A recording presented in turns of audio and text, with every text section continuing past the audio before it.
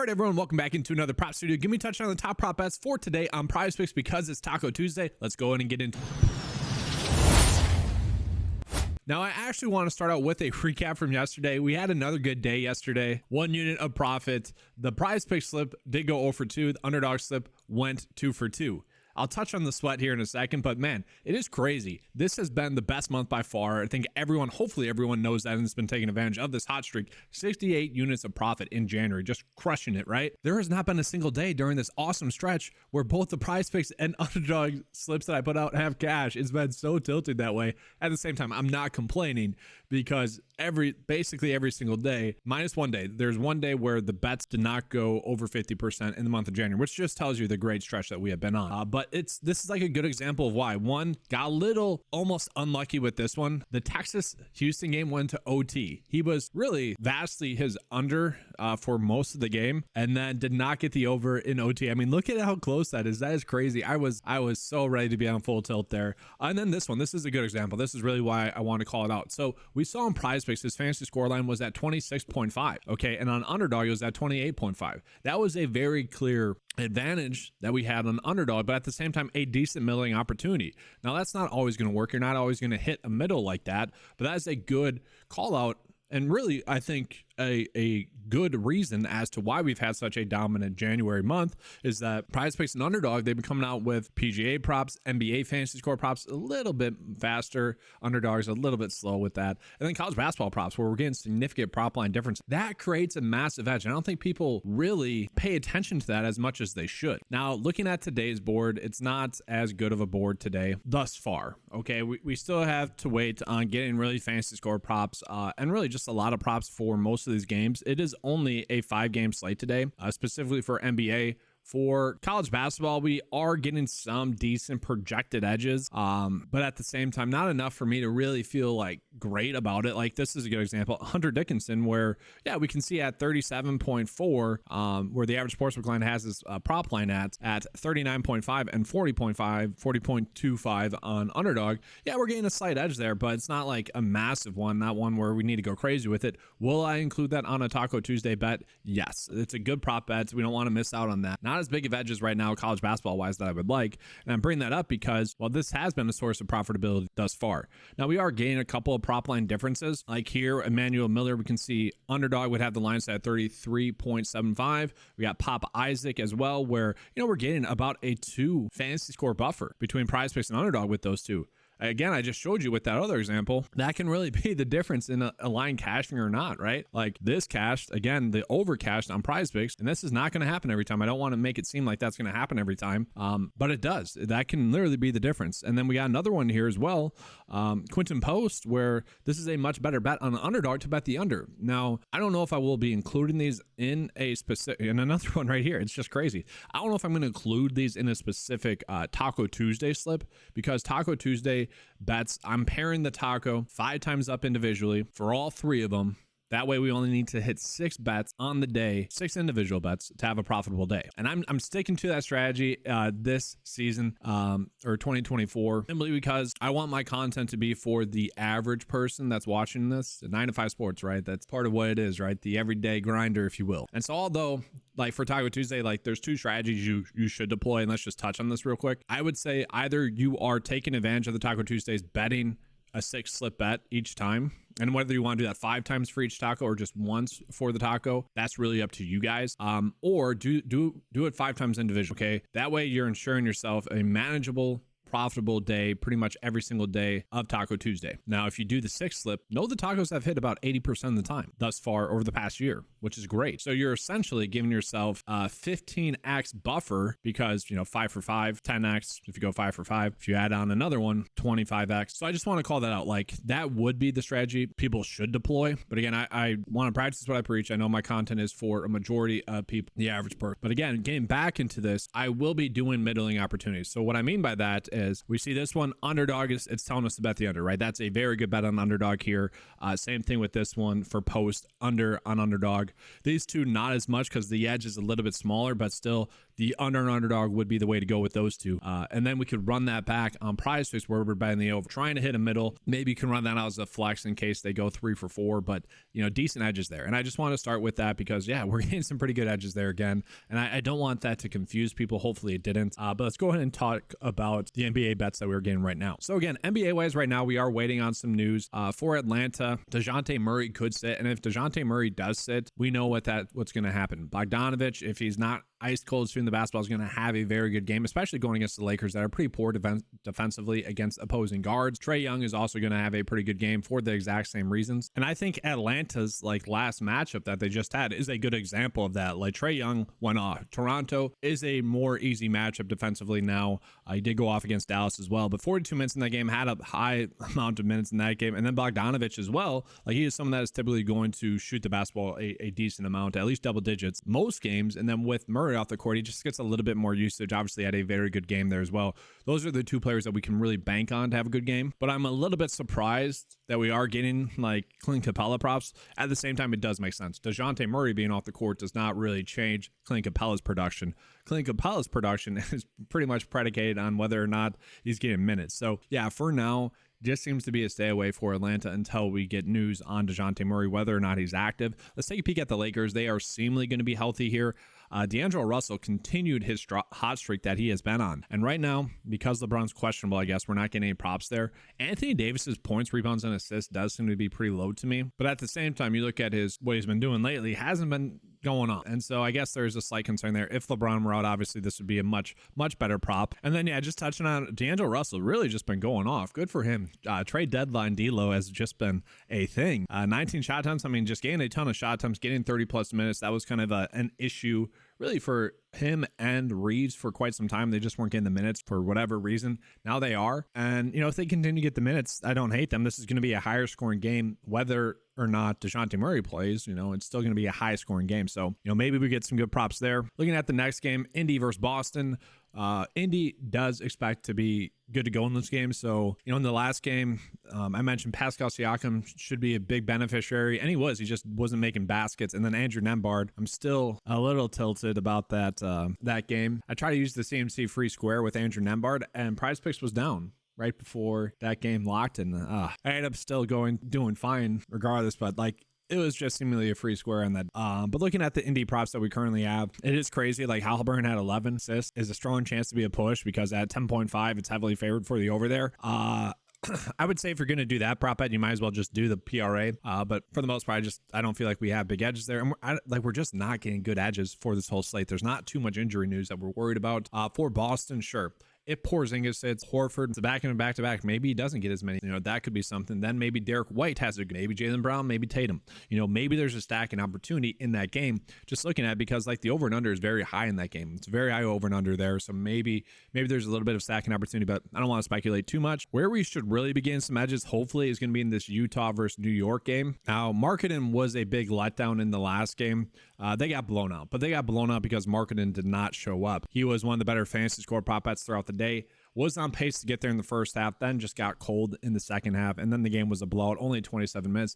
That is going to be this concern with Utah. We just know that if they can stay close, we're getting some very good lines. And really with Markkanen, that he's kind of the difference maker as to whether or not a game stays close or not. And so looking at it, this is an interesting one, rebounds and assists for Markkanen, where underdog has already bumped it up to 11.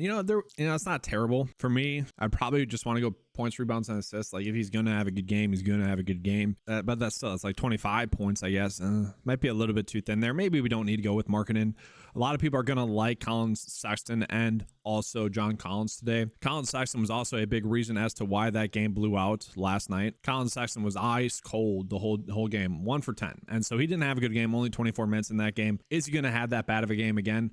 Probably not. I will say maybe Ben Simmons being back, playing point guard a little bit. Maybe that was the reason why Colin Sexton had a bad game. And don't get me wrong, New York can really guard well as well. Probably not someone we want to go on too much. Maybe a little bit of a stacking opportunity if this game stays close. And then John Collins has been someone that's been getting a lot of minutes and really Vegas has not adjusted for the amount of minutes that he's been getting, but he is someone that, again, I feel like the lines that we're getting are a little bit too thin. I know on the Prize Picks popular tab, Colin Sexton and also John Collins and his points, rebounds, and assists are ones that are popping up. But again, just be a little cautious about that. Like, it's not terrible. This is about a 50-50 split here. But the under is favored for John Collins, 20.5 PRA. Now, I would favor the over here. I think most people would, but caution there. And then same thing with Colin Sexton for his over assist as well at 5.5. I agree.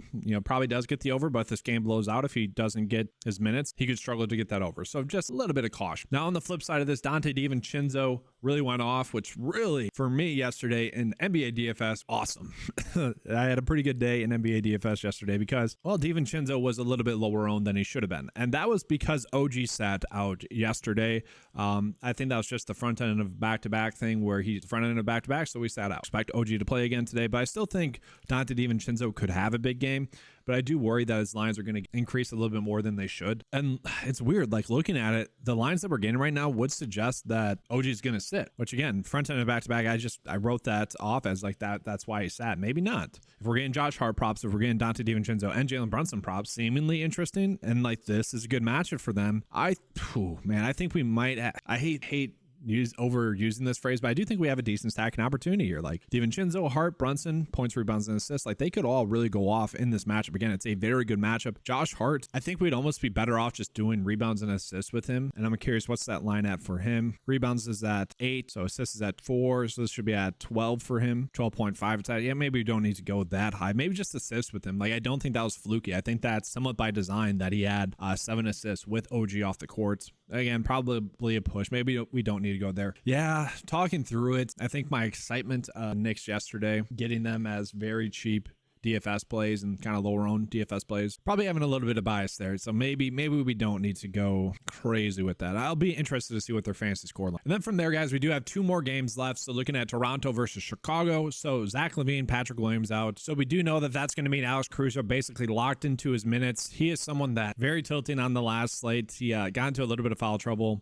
5 fouls there, but most of his production that he had, I think he had like 8 points, 5 rebounds, and 3 assists, like basically all in the first half. And I had him for points, rebounds, and assists. I'm like, oh, that one's hitting easy. Then just didn't do anything in the second half. And against Portland, like, that's tilting.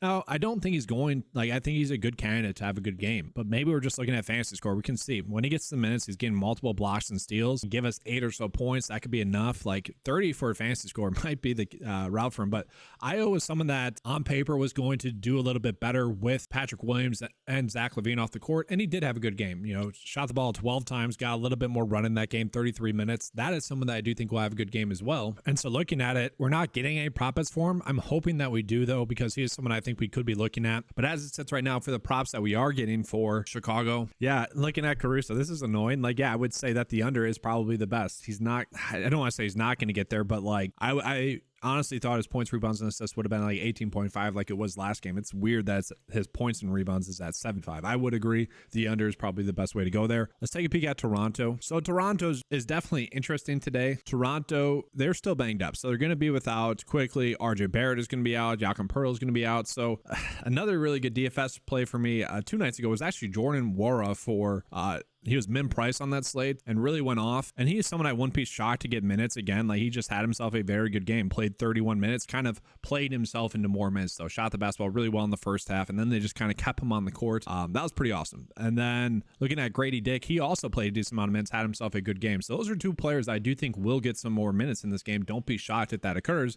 And then Gary Trent Jr. is someone that I think because Jordan Nwora and because Grady Dick had good games, he didn't get that much more minutes. I think a lot of people were expecting him to get more minutes. So it's tough to say whether or not that was because Grady Dick and also Jordan Nwora were playing well, or if that was just by design. Maybe they didn't want Gary Trent Jr. on the court that much. And so looking at the props that we're getting, like, this line seems to be so egregiously low for Gary Trent Jr., but at the same time, it makes sense. Like, if he's only going to get 26 minutes, like, then yeah, this line's correct. And so it's tough to say, like, if you guys think it was because Nwora was shooting the basketball well that Gary Trent didn't get 30 plus minutes, because with RJ Barrett off the court, with Siakam not there, and with Quickly off the court, like, it would have made logical sense for him to get more run, right? I know that didn't happen. So definitely an interesting line there, but it's so low. Like, right away, that was one where I'm like, I I had to look at that more.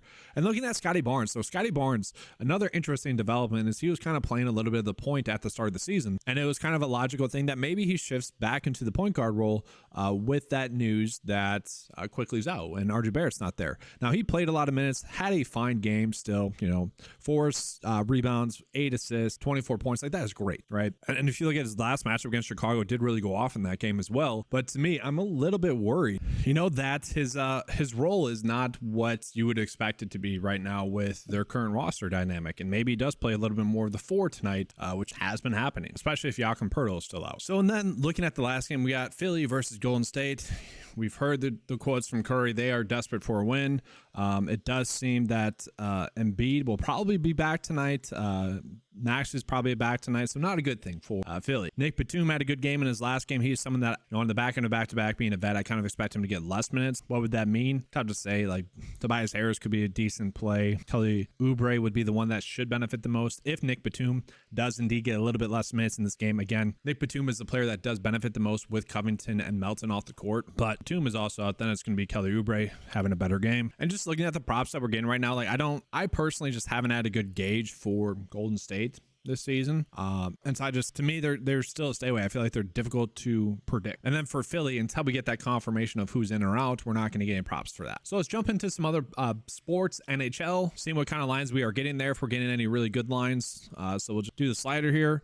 It doesn't seem like it. So it's a kind of a tight slate here. We got a very interesting one here. I'm not going to butcher his name, but the projection data at 1.6 to get shots on goal, where the average line is at 2.5. I mean, maybe there's a little something there. I would love the average sportsbook line to be a little bit higher than that. That isn't one that I feel like we need to go out of our way to target. Say peek at the discrepancies, seeing if we're getting any massive discrepancies. I'm going to take NFL off of this for now, seeing if we're getting any like esports or anything like that. Any major line differences. FIFA passes, that's not really significant there. Tennis, total games, not really as well. And so we're going to see, guys, it's a very tight Taco Tuesday. Now, last week, that was a bad thing. That was the worst Taco Tuesday in the whole year. And then 2 weeks ago, it was the best, 5 for 5, so, and that board was also tight as well. So you never know exactly what's going to happen on the day, but it's a tight board right now. It's just the easiest way to sum it up. We'll take a peek at the EV only bets as well.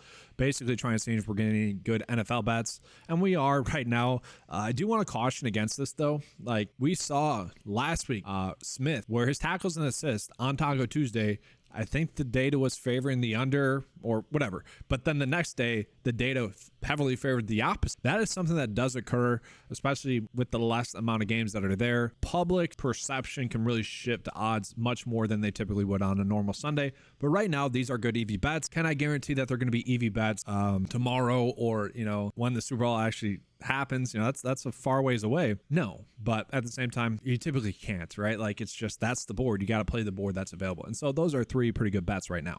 And oh boy, once you know it, we got some fantasy score props here. So I'm going to refresh the data on my end, see if we're getting any better edges there. And I'll give you guys the bet of the day for PrizePicks. And so while that data is loading, I do kind of want to just touch on that underdog strategy that I kind of mentioned with college basketball. Again, we are seeing that these lines are all very big prop line differences, at least 2.5 for all of them compared to PrizePicks. Now, that being said, running these back on PrizePicks, the edge seems to be the case where we should be betting the under on underdog. That's what the data is telling us. Now, there really is only 2 really good bets for the unders where they both have a 54% chance to hit an underdog. That's going to be these 2. So like if I had to give like a bet of the day for underdog, it would actually just be these 2 for the under. Okay. But I am perfectly fine running out a middling slip for both sites. It would be a flex or insured slip here on underdog and then a flex PrizePicks. That's what I typically would do if it wasn't PrizePicks Taco Tuesday, where we're just trying to lock in 5 great bets that give us the best chance at profit. So let's go ahead and show you guys updated NBA board, and I'll give you guys a bet of the day there. And so yeah, I just got done refreshing the data, and the 2 prop bets that I would have thought I would have liked the most in terms of like over fantasy score, John Collins, I think that makes sense. You look at his PRA and then compare it to his fantasy score. Yeah, he should be able to get that over, especially if he is still getting 30 minutes. Again, if the game stays close, he should be able to get that over. And then I don't mind Dante DiVincenzo for over his fantasy score at 33. That is very much dependent on OG sitting again. So like, man, that's one of those ones, especially Josh Hart as well, where if OG does play, bet the under on both of those.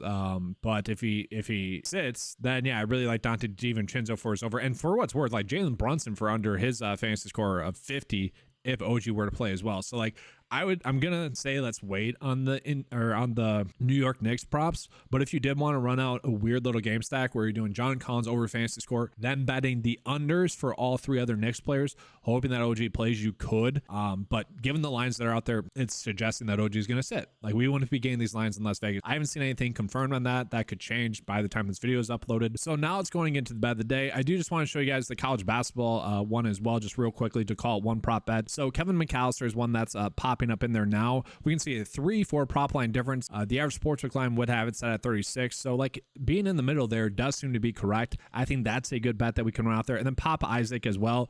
You know, these two only have about a 53% chance to hit, but today, as it sits right now, seeing that those are 2 discrepancies, I'm kind of fine running those out. And then even Emmanuel Miller, where, you know, the data suggests that underdog is more correct with these 3. And so PrizePicks, we're getting a slight edge on.